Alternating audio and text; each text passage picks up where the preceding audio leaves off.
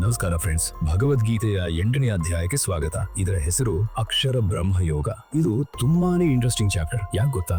ಸಾಮಾನ್ಯವಾಗಿ ನಮಗೆಲ್ಲ ಒಂದು ಭಯ ಇರುತ್ತೆ ಅಥವಾ ಕುತೂಹಲ ಇರುತ್ತೆ, ಸತ್ತ ಮೇಲೆ ಏನಾಗುತ್ತೆ ಅಂತ. ಈ ಅಧ್ಯಾಯದಲ್ಲಿ ಕೃಷ್ಣ ಅದನ್ನೇ ಹೇಳ್ತಾನೆ. ಸಾವು ಅಂದ್ರೆ ಏನು, ಸಾಯುವಾಗ ನಾವು ಏನ್ ಯೋಚನೆ ಮಾಡ್ತೀವಿ, ನಮ್ಮ ಜೀವ ಎಲ್ಲಿಗೆ ಹೋಗುತ್ತೆ ಅನ್ನೋದನ್ನ ಕ್ಲಿಯರ್ ಆಗಿ ಬಿಚ್ಚಿಡ್ತಾನೆ. ಇದು ನಮ್ಮ ಜೀವನದ ಅಂತಿಮ ಪರೀಕ್ಷೆ ಬಗ್ಗೆ ಇರೋ ಪಾಠ. ಬನ್ನಿ ಆ ರಹಸ್ಯ ಏನು ಅಂತ ಕೃಷ್ಣನ ಬಾಯಲ್ಲೇ ಕೇಳೋಣ. ಅರ್ಜುನನ 7 ಪ್ರಶ್ನೆಗಳು. ಅಧ್ಯಾಯದ ಶುರುವಲ್ಲೇ ಅರ್ಜುನ ಕೃಷ್ಣನಿಗೆ ಒಂದೇ ಉಸಿರಲ್ಲಿ 7 ಪ್ರಶ್ನೆಗಳನ್ನ ಕೇಳ್ತಾನೆ. ಕೃಷ್ಣ ಬ್ರಹ್ಮ ಅಂದ್ರೆ ಏನು, ಅಧ್ಯಾತ್ಮ ಅಂದ್ರೆ ಏನು, ಕರ್ಮ ಅಂದ್ರೆ ಏನು, ಅಧಿಭೂತ, ಅಧಿದೈವ, ಅಧಿಯಜ್ಞ ಅಂದ್ರೆ ಏನು, ಮತ್ತು ಕೊನೆಯದಾಗಿ ನಾನು ಸಾಯುವ ಸಮಯದಲ್ಲಿ ನಿನ್ನನ್ನು ನೆನಪಿಸಿಕೊಳ್ಳುವುದು ಹೇಗೆ. ಇದಕ್ಕೆ ಕೃಷ್ಣ ಸ್ಪಷ್ಟವಾಗಿ ಉತ್ತರ ಕೊಡ್ತಾನೆ. ಅಕ್ಷರಂ ಬ್ರಹ್ಮ ಪರಮಂ ಸ್ವಭಾವೋಧ್ಯಾತ್ಮ ಮುಚ್ಯತೆ. ಅರ್ಜುನ, ಯಾವುದು ನಾಶವಾಗುವುದಿಲ್ಲವೋ ಅದೇ ಬ್ರಹ್ಮ. ಪ್ರತಿಯೊಬ್ಬರ ಸ್ವಭಾವವೇ ಅಧ್ಯಾತ್ಮ. ಜೀವಿಗಳ ಹುಟ್ಟಿಗೆ ಕಾರಣವಾಗುವ ಸೃಷ್ಟಿ ಕ್ರಿಯೆಯೇ ಕರ್ಮ. ನನ್ನ ಈ ದೇಹ ಮತ್ತು ಪ್ರಕೃತಿಯೇ ಅಧಿಭೂತ. ಪ್ರಕೃತಿಯನ್ನು ಬೆಳಗುವ ಸೂರ್ಯಮಂಡಲಾದಿ ಪುರುಷನೇ ಅಧಿದೈವ ಮತ್ತು ಪ್ರತಿಯೊಬ್ಬರ ದೇಹದೊಳಗಿದ್ದು ಸಾಕ್ಷಿಯಾಗಿರುವ ನಾನೇ ಅಧಿಯಜ್ಞ. ಸಿಂಪಲ್ ಆಗಿ ಹೇಳ್ಬೇಕಂದ್ರೆ ಈ ಪ್ರಪಂಚ, ನಮ್ಮ ದೇಹ, ನಮ್ಮ ಆತ್ಮ ಎಲ್ಲವೂ ಕೃಷ್ಣನೇ. ಸಾಯುವಾಗ ಏನಾಗುತ್ತೆ? ಈಗ ಕೃಷ್ಣ ಜೀವನ ಮತ್ತು ಮರಣದ ರಹಸ್ಯ ಹೇಳ್ತಾನೆ. ಗಮನವಿಟ್ಟು ಕೇಳಿಸ್ಕೊಳ್ಳಿ. ಯಂ ಯಂ ವಾಪಿ ಸ್ಮರನ್ ಭಾವಂ ತ್ಯಜತ್ಯಂತೆ ಕಲೇವರಂ.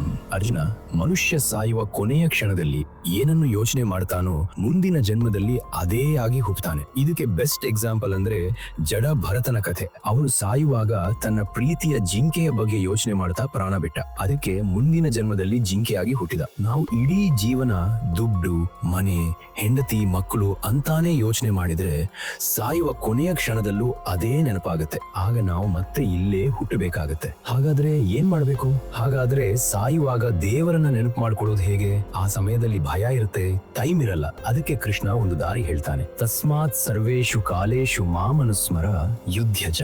ಆದ್ದರಿಂದ ಅರ್ಜುನ, ನೀನು ಎಲ್ಲಾ ಸಮಯದಲ್ಲೂ ನನ್ನನ್ನೇ ನೆನಪಿಸ್ಕೋ, ಜೊತೆಗೆ ನಿನ್ನ ಕರ್ತವ್ಯವಾದ ಯುದ್ಧವನ್ನ ಮಾಡು. Remember me and fight. ನೋಡಿ ಫ್ರೆಂಡ್ಸ್, ನಮಗೆ ಹಗಲು ಇಡೀ ಏನು ಅಭ್ಯಾಸ ಇರುತ್ತೋ ರಾತ್ರಿ ಕನಸಿನಲ್ಲೂ ಅದೇ ಬರುತ್ತೆ ಅಲ್ವಾ?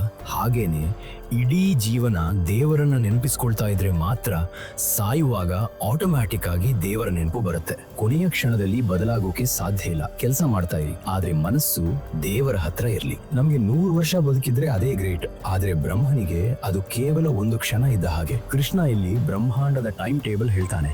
ಸಹಸ್ರ ಯುಗ ಪರ್ಯಂತ ಮಹರ್ಯದ್ ಬ್ರಹ್ಮನೋವಿದು. ಬ್ರಹ್ಮನ ಒಂದು ಹಗಲು ಅಂದ್ರೆ ಮನುಷ್ಯರ ಲೆಕ್ಕದಲ್ಲಿ 1000 ಮಹಾಯುಗಗಳು, ಅಂದ್ರೆ ಕೋಟ್ಯಾಂತರ ವರ್ಷಗಳು. ಬ್ರಹ್ಮನಿಗೆ ಹನಿಗೆ ಹಗಲಾದಾಗ ಸೃಷ್ಟಿಯಾಗತ್ತೆ, ರಾತ್ರಿ ಆದಾಗ ಪ್ರಳಯವಾಗತ್ತೆ. ಆದ್ರೆ ಅರ್ಜುನ, ಈ ಸೃಷ್ಟಿ ಮತ್ತು ಪ್ರಳಯಕ್ಕೂ ಮೀರಿದ ಒಂದು ಧಾಮವಿದೆ, ಅದೇ ನನ್ನ ಪರಮಧಾಮ. ಅಲ್ಲಿಗೆ ಹೋದವರು ಮತ್ತೆ ವಾಪಸ್ ಬರೋದಿಲ್ಲ. ಈ ಭೂಮಿ, ಸ್ವರ್ಗ ಎಲ್ಲವೂ ಶಾಶ್ವತ ಅಲ್ಲ. ಕೃಷ್ಣನ ಜಾಗ ಮಾತ್ರ ಪರ್ಮನೆಂಟ್. 2 ದಾರಿಗಳು. ಸತ್ತ ಮೇಲೆ ನಮ್ಮ ಜೀವ ಯಾವ ದಾರಿಯಲ್ಲಿ ಹೋಗುತ್ತೆ ಅನ್ನೋದ್ರ ಮೇಲೆ ನಮ್ಮ ಫ್ಯೂಚರ್ ಡಿಸೈಡ್ ಆಗುತ್ತೆ. ಕೃಷ್ಣ 2 ದಾರಿಗಳ ಬಗ್ಗೆ ಹೇಳ್ತಾನೆ. ಬೆಳಕಿನ ದಾರಿ. ಯಾರು ಜ್ಞಾನಿಗಳಾಗಿ ಬೆಳಕಿನ ದಾರಿಯಲ್ಲಿ ಹೋಗ್ತಾರೋ ಅವರು ನೇರವಾಗಿ ದೇವರನ್ನ ಸೇರ್ತಾರೆ, ವಾಪಸ್ ಹುಟ್ಟಲ್ಲ. ಕತ್ತಲ ದಾರಿ. ಯಾರು ಬರೀ ಆಸೆಗಳನ್ನ ಇಟ್ಕೊಂಡು ಕತ್ತಲ ದಾರಿಯಲ್ಲಿ ಹೋಗ್ತಾರೋ ಅವರು ಸ್ವರ್ಗಕ್ಕೆ ಹೋಗ್ತಾರೆ. ಅಲ್ಲಿ ಪುಣ್ಯ ಖಾಲಿ ಆದ್ಮೇಲೆ ಮತ್ತೆ ಭೂಮಿಗೆ ವಾಪಸ್ ಬರ್ತಾರೆ. ನೈತೆ ಶ್ರುತಿ ಪಾರ್ಥ ಜಾನನ್ ಯೋಗಿ ಮುಹ್ಯತಿ ಕಶ್ಚನ.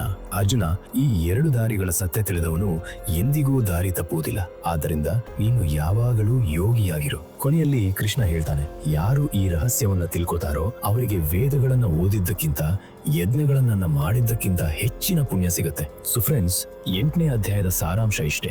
ಹಗಲು ಇಡೀ ಏನ್ ಮಾಡ್ತೀವೋ ಅದೇ ರಾತ್ರಿ ಕನಸಲ್ಲಿ ಬರುತ್ತೆ. ಹಾಗೆ ಜೀವನ ಪೂರ್ತಿ ದೇವರ ನೆನಪಿದ್ರೆ ಮಾತ್ರ ಸಾಯುವಾಗ ನೆನಪಾಗುತ್ತೆ. ಸಾಯುವಾಗ ನಿಮ್ಮ ಮನಸ್ಸು ಎಲ್ಲಿದೆಯೋ ಮುಂದಿನ ಜನ್ಮ ಅಲ್ಲೇ ಇರುತ್ತೆ. ಕೆಲಸ ಮಾಡ್ತಾ ಇರಿ, ಆದ್ರೆ ಮನಸ್ಸಲ್ಲಿ ಕೃಷ್ಣ ಇರ್ಲಿ. ಮುಂದಿನ ಅಧ್ಯಾಯದಲ್ಲಿ ಕೃಷ್ಣ ರಾಜವಿದ್ಯಾ ರಾಜಗುಹ್ಯ ಯೋಗ ಅಂದ್ರೆ ಅತ್ಯಂತ ರಹಸ್ಯವಾದ ವಿಷಯವನ್ನ ಹೇಳ್ತಾನೆ. ಮಿಸ್ ಮಾಡ್ಕೋಬೇಡಿ. ಈ ವಿಡಿಯೋ ಇಷ್ಟವಾಗಿದ್ದರೆ ಲೈಕ್ ಮಾಡಿ, ಮರೆಯದೆ ನಮ್ಮ ಮುಖಪುಟ ಚಾನಲ್ ಸಬ್ಸ್ಕ್ರೈಬ್ ಮಾಡಿ.